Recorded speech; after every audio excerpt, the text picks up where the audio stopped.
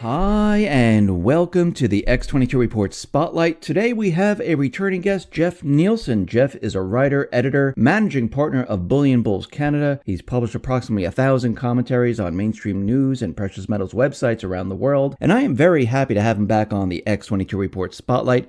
Jeff, welcome back to the Spotlight. Hi, Dave. It's great to be back. Hey, thanks for being here. And let's just start off with the economy. Right now in the U.S., we have the debt ceiling coming up September. We have the budget, which only goes to September 30th. And we've been seeing retail stores close, housing really not doing them well, especially in Canada, where we see a lot of things where they're headed the opposite way now, where the bubbles seem to be deflating a little bit. I wanted to get your take on how you see the economy and where do you think it is headed right now? Well, I actually wrote a piece just a couple of months back talking about the Great Western Depression, because I think the entire Western world has been in this steady downtrend since the crash of '08. There's never been any economic recovery in any of these nations of any great significance.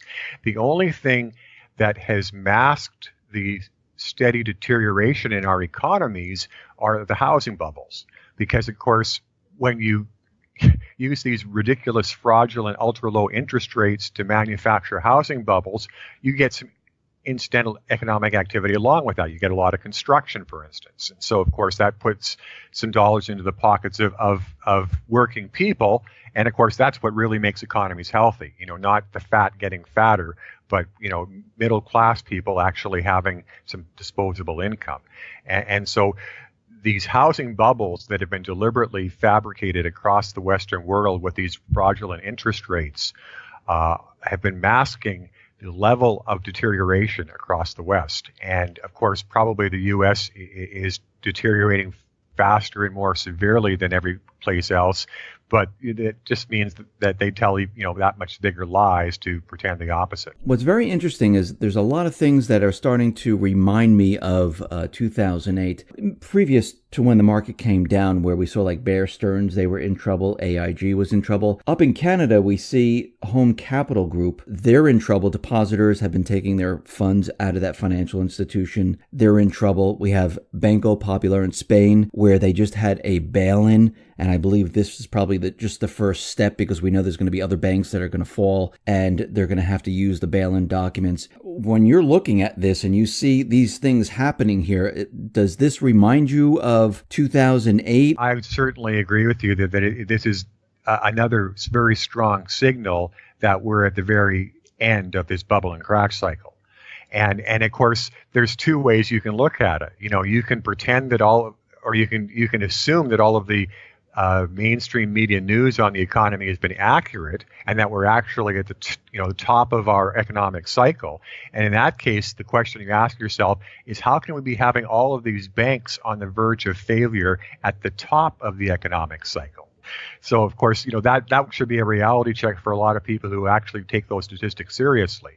But then the other side of the coin, of course, is if you follow my premise that it's been pure statistical fabrication, and there's been no economic growth, and we've been steadily deteriorating, then of course that perfectly explains why we see banks getting into trouble. Because that's when banks get into trouble, is not when things are going up, but when things are going down. And so this is another indication that our economies have been in a steady downtrend and not in a steady uptrend, because we see cumulative banking problems in many Western nations. And of course, one of the only reasons the U.S. banks aren't more obviously in trouble is simply because of how many trillions was stuffed into their vaults following the crash of '08. That is true. And what worries me is the beginning of this bail-in. I mean, we saw the bail-in in Cyprus. I believe they were going to do a bail-in in Greece, but the people in Greece started removing their funds from the banks. And I think they looked at it and said, okay, we can't really bail in right now. But the bank in Spain, Banco Popular, I think this is like one of the first times where they actually use the EU documents to bail in. And you could see this is paving the way. And the United States has the documents to bail in. And when the banks go down, basically people are going to lose their money inside the banking system. Well, I was really vocal about this when back in, I think it was 2013, when this whole massive new form of bank fraud became the next wave. And just pointing out that this is totally lawless behavior. There is no way in our legal system that you can create any context where what they're doing is legitimate. There is no possible argument in contract law or equity or any other facet of our legal system that could possibly justify this sort of confiscation of wealth. And of course, it's especially true with respect to depositors versus the bank, because the whole premise of conning people into putting their savings into banks is as simple bank accounts is that, it's the safe place to put your money.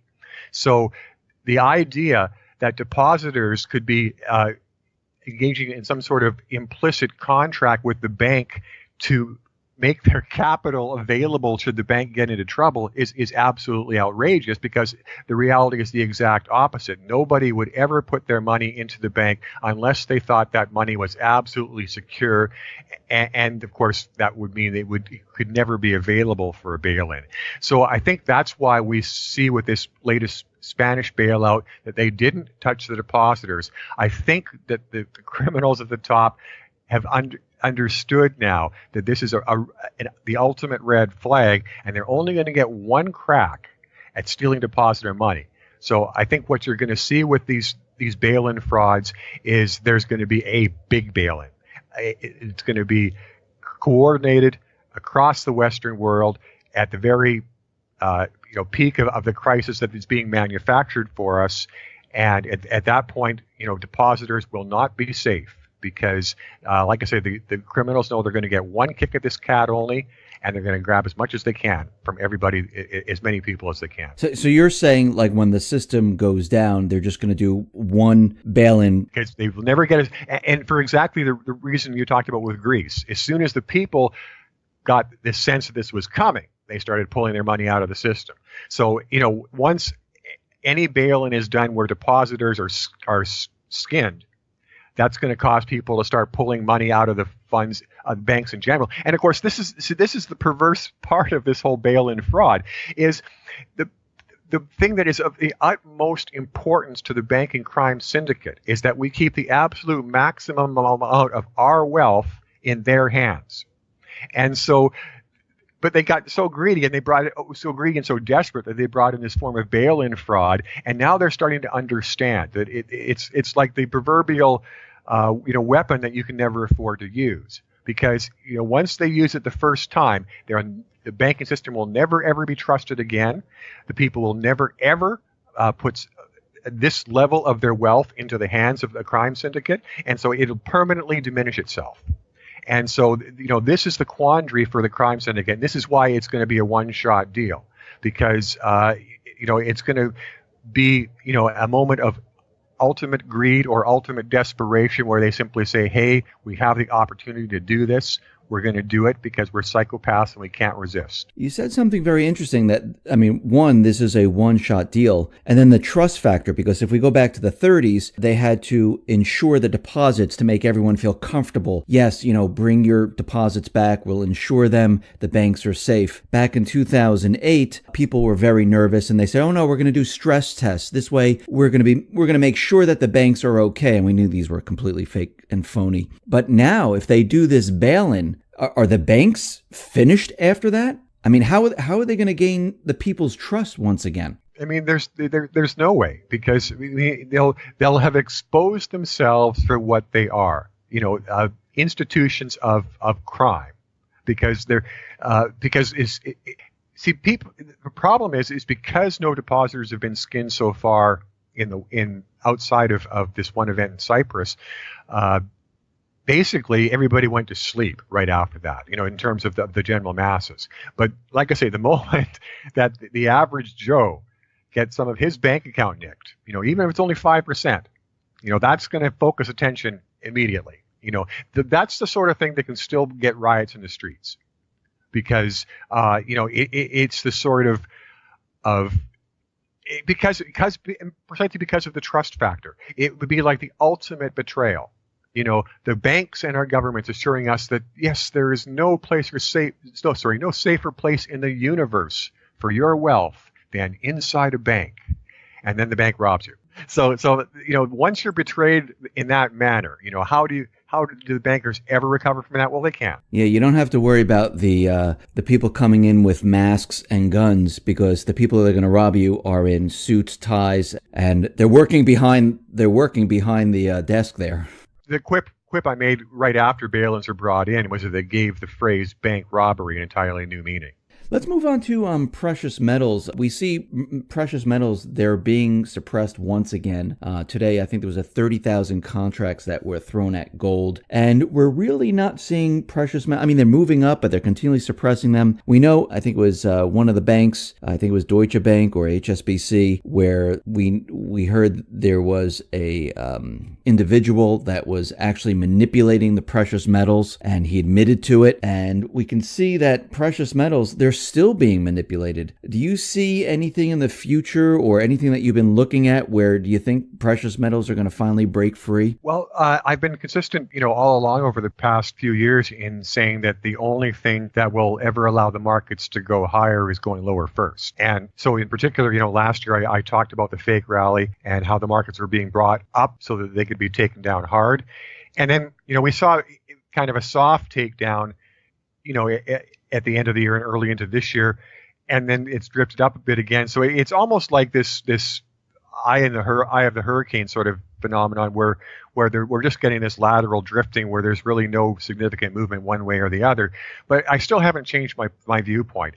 In order for precious metals to break out of this chokehold that the bankers have had on this sector since 2011, the markets have to go lower first because prices are extremely low already, but when they're crashed lower, along with, of course, the broader markets, because of course that's a necessity. The banks cannot allow precious metals to appear to be a safe haven in a time of panic. So precious metals must be taken down with all of the other markets, and so it will be done. But when that takedown occurs, it'll take prices to such a stupidly low level and cause such an extremely strong demand response that coming out of that, there's simply no way, even with all of the manipulative might that this crime syndicate possesses, that it can prevent a relief rally. And of course, it should be a much more robust rally than what we saw through 2009, 2011, because the sector is now much more suppressed than it was coming out of the crash of '08. But on the other hand, we might see the opposite. We might see a good rally, but not quite as, not quite at the same magnitude, because of the fact that the crime syndicate now wields this extra manipulative might with their trading algorithms. So this is the difference at this point in time versus, say, 2009, coming out of the last crash, is in 2009, the banking crime syndicate still had not taken complete control of markets with their trading algorithms. And this is one of the reasons we saw such a strong rally in precious metals from 2009 through 2011, because the trading algorithms were not yet omnipotent. But then what we've seen since that time is the algorithms becoming all-powerful in terms of manipulating markets. And we saw that from 2011 through 2016, where the bankers were simply able to force down precious metals any and every time the markets showed signs of breaking out. And, for people that follow technical analysis, you can have seen, a half a dozen occasions over that period of time where the gold market or the silver market or both made very clear technical breakouts that basically were a certain indicator of at least a medium-term rally, and then instead the markets got stuffed back lower immediately. So that capacity to reverse markets against those sorts of technical trends did not exist prior to this latest cycle. Now, you mentioned that precious metals have to go lower. How low are you talking about? Well, I always like to look for clues from the crime syndicate themselves. And of course, when you talk about the crime syndicate, that always starts with Goldman Sachs. And what have we been hearing from Goldman Sachs, like a broken record, for about 6 years now? Gold, $1,000. So my personal belief, ever since I conceived that $1,000 was actually possible, was that yes, it would be taken down to $1,000 just so Goldman Sachs could say that Goldman Sachs was right, because of course this is a very big part of the crime syndicate mystique, is they want to present the illusion that they're actually simply, really good at what they do, rather than they just have a chokehold on governments and a chokehold on markets that allows them to rob everybody blind. So do you think they're bringing it down to 1,000 so central banks and other individuals can purchase a lot more of it? No, because I mean, the whole, and of course, again, we can look at history. So what happened in the crash of '08 was the supply of silver dried up completely. And in terms of physical silver, the only physical silver that was available when the market hit the bottom was basically 100-ounce bars and larger. So, the average person was basically shut out of the silver market, because there's very few average people that can, had enough, even at that price of, $9 an ounce or whatever, to, start buying 100-ounce bars. So this is the thing that happened last time, is that the silver supply dried up completely. Now, this time around, I would not be the slightest bit surprised to see the same thing happen with the gold supply. So what will happen when we see these precious metals markets crashed is, yes, the paper prices are going to go down to, say, $1,000 an ounce for gold, and maybe even $10 an ounce for silver. But the problem is there won't be any metal available except very large denominations, and mostly the wealthy people soaking up those. I wanted to move on to an article that you wrote that had something called One Bank. And I wanted you to explain what the One Bank is. Well, going back to the early days of my writing, what I observed with, what I now call the banking crime syndicate is exactly that. It was behaving like a syndicate. There was obvious collusion. And so my initial estimation of this was that it was just a basic oligopoly. And for those of your audience that aren't familiar with that term, an oligopoly is a small collection of companies which collude in order to act like a monopoly and exert complete control over their particular market or sector. And so this is what I had assumed was the case originally, is that we had a collusion model between these Western big banks. So that's what that was my operating premise for several years. Then I came across this article, ironically, in Forbes magazine one day. And it was titled, I believe, the 420 companies that run the world. So that naturally got my attention. But I delved into the article, and what I found was it was based on this computer model from this trio of Swiss academics. And what I also found is that Forbes had mischaracterized the research, because the gist of the research was not, talking about these huge 400 companies that were, more or less running the world, but within this collection of gigantic corporations, these Swiss academics had identified what they called a quote-unquote super entity. This super entity was composed of 144 corporate fronts, with 3/4 of these corporate fronts being financial institutions, hence the name the One Bank. So, but that's not even the most significant part, because the research went on to say that this super entity effectively controlled by itself 40% of the global economy. Wait, this super entity controlled 40% of the global economy. So we're not talking about a 40% piece of all sectors. We're talking about 100% control of all the most important sectors. So, of course, it's the One Bank. So the heart of the beast is the banking crime syndicate. So it controls all of the big banks. It controls big oil. It controls big pharma. It controls the big insurance companies. What other evil? It controls big agriculture. I mean, if you can think of a large evil cabal, corporate cabal that exists, that's part of the 40%. Wow. So how does this relate to governments? Does it have any influence? The global economy, I believe, is estimated at around 70 trillion. somewhere around there, maybe a bit more right now. If you control 40% of that, that's essentially like a $28 trillion economy. So that's much larger than the United States. So what we're talking about here is an entity, a crime syndicate with much greater economic mass than the entire United States. Wow. In terms of what it could, but note we're talking about control. And this was also a key to the research, is it wasn't talking about ownership. It was talking about the one bank controls 40% of the global economy. And this is a sign of the times. Once upon a time, when our societies and our cultures observed the rule of law, this wouldn't have been as significant as it is today, because in societies that observe the rule of law, the dominant legal relationship is the ownership relationship.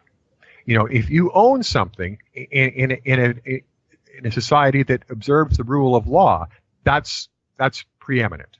But of course, we no longer live in societies that observe the rule of law, and so the concept of ownership has been watered down to the point where it's almost meaningless. Because the crime syndicate wants to keep the veneer of civilization and the veneer of legality in our societies, we still have lip service to the concept of ownership, and certainly with respect to each other. All the little people are still bound by the rules of ownership. But of course, the oligarchs and the crime syndicate themselves are not at all bound by the rules of ownership, and nowhere is that better reflected than with respect to the bail-in.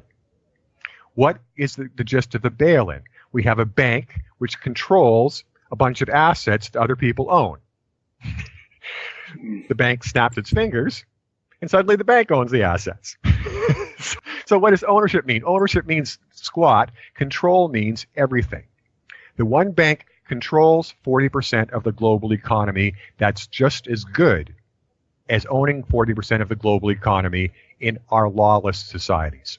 Do you know who, is there a hierarchical structure of the one bank? Is there someone sitting, is there a main bank sitting on top? A cabal of oligarchs. So is this the New World Order?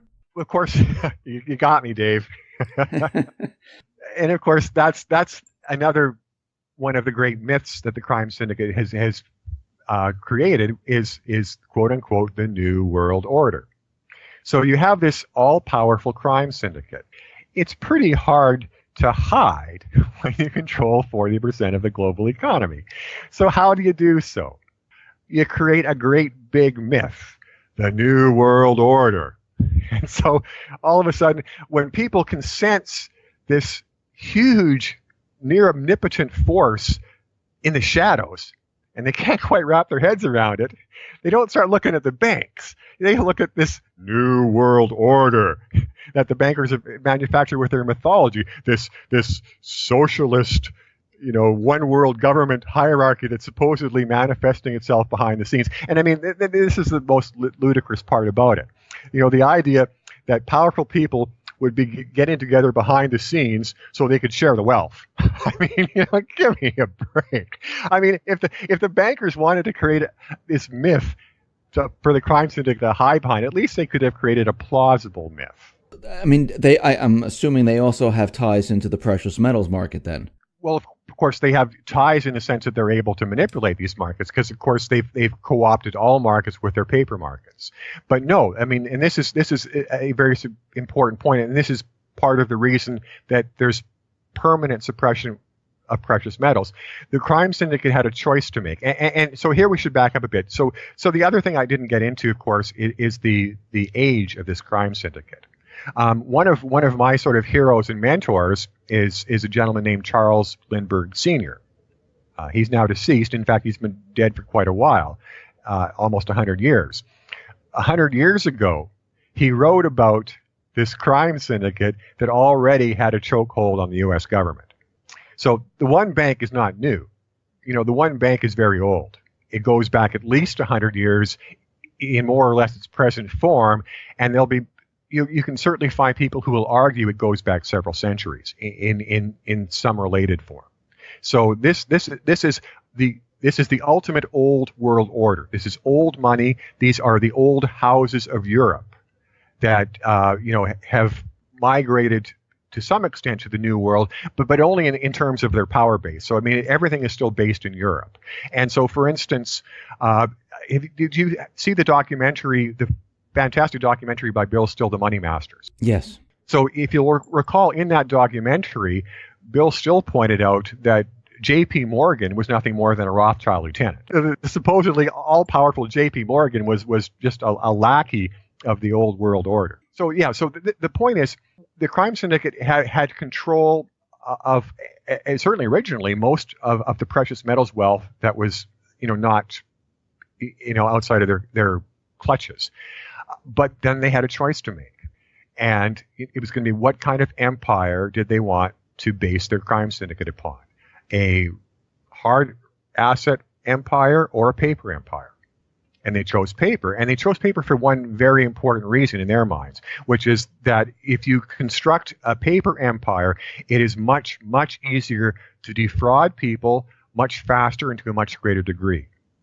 It's much harder to rip off people with fraud in an honest money economy where people's wealth is sitting in their own pockets in gold and silver. Get those same people to, have their wealth in paper bank accounts and paper currencies, and you can rob them at will. And of course, I'm pretty sure I've passed along the Alan Greenspan's famous quote before he joined the crime syndicate himself. In the absence of the gold standard, there is no way to prevent the confiscation of savings through inflation. And of course, confiscation of savings is a euphemism for theft of wealth, and inflation is a euphemism for theft by money printing. So, this was Greenspan's great warning before he joined the crime syndicate, is if you stray from an honest money economy, you leave yourself open to unlimited fraud. So this was the choice the bankers made, was to be an empire of paper fraud rather than a crime syndicate that had to do their stealing the old-fashioned way, 1 ounce of gold at a time. So does this one bank, is this related to the central bank? Is that what we're talking about? The central banks are their principal tools. So we have the one bank, and they basically use the central banks. And so here's the point that people have to realize about the central banks. And the bankers have told us this themselves in their own code. If you listen to any central bank in the Western world, they will tell you every day of their life that they are independent, quote unquote. And people have to understand what this means. So we have, in each of our nations, we have a single economic system. And in that economic system, we have the central banks and we have our governments. So in any system, you can only have one independent entity. That's just a matter of it's tautology. By definition, only one entity can be independent. Only one entity can be totally free, exert totally free will, independent of everybody else. By definition, every other entity is dependent. So when the central banks say they are independent, they are saying unequivocally that they are above our governments.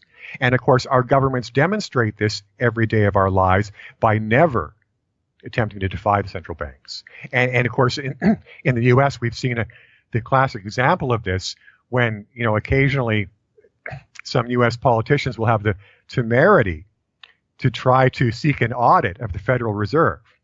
And the Federal Reserve just, reacts in utter contempt. It's like, what are you lackeys saying? We're independent. We are above you. You don't tell us what to do. We tell you what to do. There is the governments, there is the central banks, there is the one bank, and the hierarchy could not possibly be any more obvious. So since the one bank, they own 40% of the global economy, they can bring down the system or bring it up, or they could do whatever they want with it then. Well, but it goes beyond this because, again, people have to understand the full degree of evil in the monetary system that has been wrought.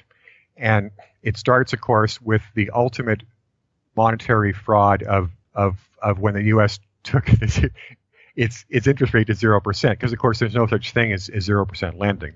The whole term is a sham. So 0%, a 0% loan is free money.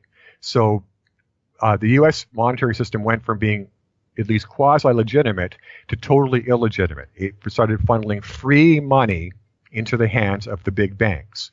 And See, this is where people have to understand the full evil of our system with fractional reserve banking, with a fractional reserve ratio that's currently about 35 to 1. So, between 2009 and 2013, B.S. Bernanke conjured close to, or well over $3 trillion of this 0% funny money. More than $3 trillion he gave to the big banks for free. Big banks that are able to leverage all of those trillions by a ratio of 35 to 1. Now, the point is, when you have a legitimate monetary system where the banks are actually having to pay interest to borrow their own money, even at this fraud ratio of 35 to 1, there are limits on the amount of this funny money they can conjure into existence. At a 0% rate of interest, there are no limits. So Bank A gets, let's just, for simplicity's sake, let's just say Bank A got the whole $3 trillion from B.S. Bernanke. Bank A lends that $3 trillion to Bank B at 0% interest, and of course it can lend at 35 to 1. So it lends Bank B $105 trillion at 0%. Bank B takes that $105 trillion, lends it to Bank C, except at 35 to 1, and suddenly, with just 3 banks in the crime syndicate, you've already got $4 quadrillion. Now consider that there are dozens of these banks. Yeah. And they can do this daisy chain of fraud as long as they want. So the moment B.S. Bernanke launched this ultimate monetary fraud, it became literally ultimate counterfeiting. The one bank was able to counterfeit infinite dollars. Infinite. So the only problem, of course, is they can't deploy infinite dollars because, again, it's just like the bail-in. It's this fraud that's so horrible and evil that once people see it, it'll be taken away from them. So, if this one bank, went out tomorrow and tried to go on a buying spree and to buy every single asset on the planet Earth, and of course it would only require about 1/10 of its money to do. Well, sorry, we're dealing with infinite money, so it would require not even, its pocket change to do that. People would notice. It's like, oh, wait a second, something's going on here. This isn't right. And then, of course, the whole fraud comes to an end. But until it reveals the extent of this fraud, it's sitting with literally infinite quantities of funny money. So with the world basically drowning in debt, we're at 0% interest rates. Europe is in negative interest rates. Japan, negative interest rates. Where are they taking the economy right now? Well, so the part of the big reason, there was 2 main reasons for taking these interest rates to this ultra low level and freezing them there. One was, as I was saying before, because they wanted to manufacture these real estate bubbles, and of course they're going to pop these bubbles, and take the bigger. See, the bigger the bubbles, the worse the real estate crash. The worse the real estate crash, the more millions of people's homes they can steal in the wave of foreclosures that follows. So that's one facet of the plan. But equally important reason for taking the interest rates down to this level and freezing them there permanently is because all of these Western governments are bankrupt. Not merely insolvent, they're bankrupt. And we would see that instantly if any of these bankrupt governments was forced to pay a market rate of interest on their debt. I mean, what's a market rate of interest for the U.S. sitting with $20 trillion of debt? Well, probably 10%. So that's $2 trillion per month in interest payments. Or $2 trillion per year in interest payments, and there's only less than $4 trillion in revenues. I mean, how long can the U.S. pretend it's not bankrupt? When it's paying 50% of its revenues just to service the interest, it's currently only paying 10 to 15%. So it'd be suddenly paying nearly 4 times as much to service its debt. So instant bankruptcy, and the same for virtually all the rest of these Western governments. A few of them, might be able to limp along for a couple more years before going bankrupt, but it would just be, the old saying, if it was a horse, you'd put it out of its misery at that point. So you're just saying that, the U.S. and Europe and the rest, they're just going to go belly up. They already have. The point is, living in this totally fraudulent world, I call it the Wonderland Matrix. So we have this totally fraudulent paradigm that's been fabricated that everybody lives in, that doesn't exist. In this mythological paradigm, our governments are solvent, the U.S. economy is strong, the U.S. dollar is the world's best currency, U.S. treasuries are valuable assets. Well, none of that exists. In the real world, the U.S. dollar has already been debauched to worthlessness. U.S. treasuries are utterly worthless because of the debts of a worthless government. All of these economies have been in a steady depression all these years. So I call it the Wonderland Matrix because in the movie version, the Matrix was actually a rational place. In our Wonderland Matrix, it's totally perverse because everything's the opposite of reality. Nothing makes sense. Nothing makes the slightest bit of sense. We've been talking about some of that. None of this stuff makes sense. So I'm gonna ask you this question: how much longer can they keep all of this going then? Well, you might be asking the wrong person because I was convinced they couldn't keep things going past 2010. But so the there's a couple of sayings here. One of them for people that are in the markets is, markets can remain irrational longer than you or I can remain solvent. The other sort of general saying is that in any sort of, period of irrational mania, that irrationality is going to persist for much longer than any sane person thinks is possible. So, I would like to think I'm sane, and it's already persisted 7 years longer than I thought it was possible. So, but the other side of the coin, of course, is we're at these ridiculous bubble levels in our markets. And as we've talked, of course, about previously in some of my visits to your show, there's no more profit for the crime syndicate to make in pumping these markets up any higher. So in the past, that's always been a guarantee that we're going to have a near-term crash because, the bubble and crash cycle was their main business. But then again, as we've just discussed, the one bank is currently sitting with infinite dollars. So, does it even think it needs to make money in the markets, through manipulating them anymore? Maybe it's just totally content with control. And so it's just going to, keep inching them higher and higher, in these little burps upward. Next thing you know, it's going to be Dow 40,000. Jeff, thank you very much for being on the X22 Report Spotlight. I really appreciate it. Thank you very much. How can people see your writings?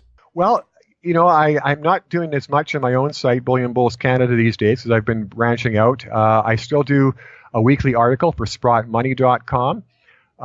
Beyond that, my number one gig these days is doing market work for a company called Stockhouse.com, and I help small corporations promote themselves because these are the companies that are actually coming up with new ideas, creating jobs, and actually helping our economies. And so I'm doing some work that I can really enjoy and feel like I'm helping the world. But like I say, I still keep my hand in the game with my writing with Sprott Money.